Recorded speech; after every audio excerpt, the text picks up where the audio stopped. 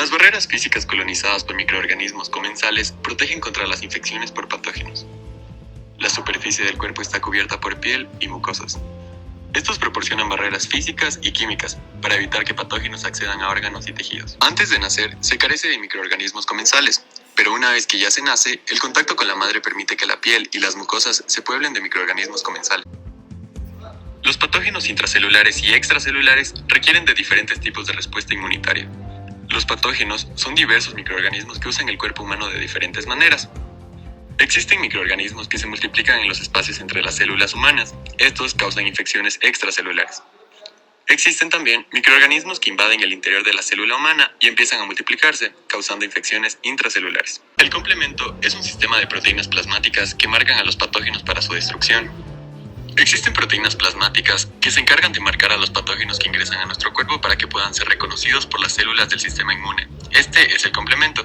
El complemento está compuesto por enzimas proteolíticas que circulan inactivas. Únicamente se activa el complemento si hay una infección. El sistema del complemento está constituido por más de 30 proteínas, siendo el componente 3 del complemento el más importante, es decir, el C3.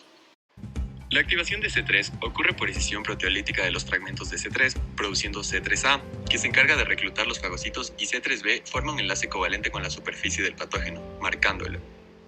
Una vez separados estos fragmentos, dejan al descubierto un enlace tioéster, exponiéndolo así al ambiente hidrófilo, causando hidrólisis del fragmento C3b o uniéndose a grupos hidroxilo y amino de la superficie del patógeno.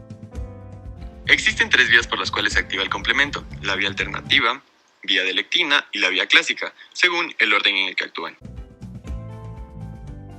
Una vez activado el complemento, produce en primer lugar una opsonización del patógeno para fagocitarlo, en segundo lugar una perforación de la membrana del patógeno y en tercer lugar un reclutamiento de células inflamatorias.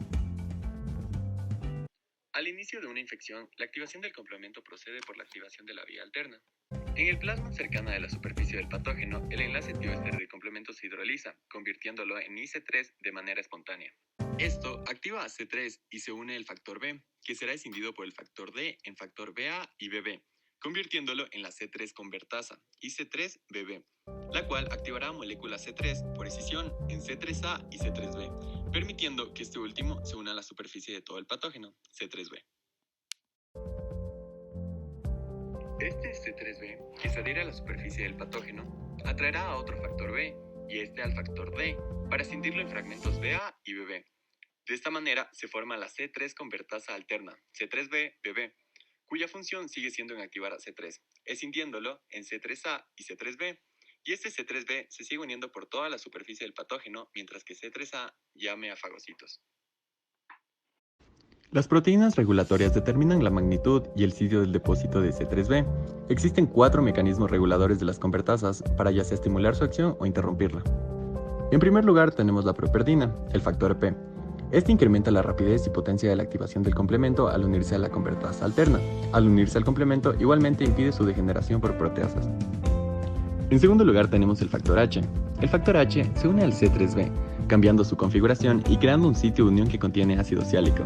A este sitio de unión de ácido siálico puede como tal unirse entonces el factor I, que va a partir al C3b, volviéndolo inactivo. En tercer lugar, tenemos el factor acelerador de la descomposición DAF. El factor DAF va a unirse a un factor C3b-BB, destruyéndolo mediante la liberación del complejo BB. Con esto causará su desactivación. Como cuarto y último lugar, tenemos a la proteína cofactor de membrana.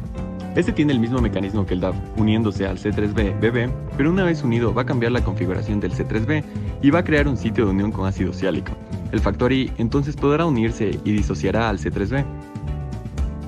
La fagocitosis por macrófagos constituye una primera línea de defensa celular contra microorganismos invasores.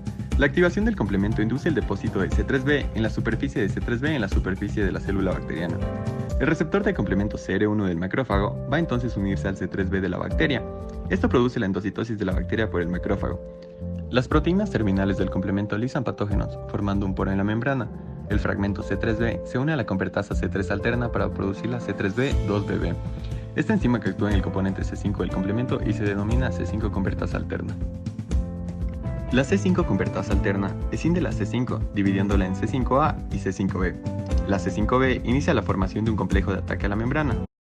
De manera sucesiva, entonces se van a unir el C6 y C7 a la C5b, lo cual va a exponer un sitio hidrófobo en C7, el cual se va a insertar en la bicapa lipídica.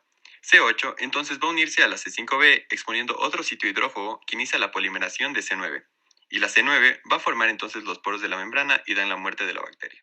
En factores de restricción, existen 3 factores que impiden que el complejo C5b con C6 y C7 se unan a las membranas humanas, clusterinas y factor J. Existen otros 2 factores que impiden que se una C9 a las membranas humanas, que es el HRF y CD59.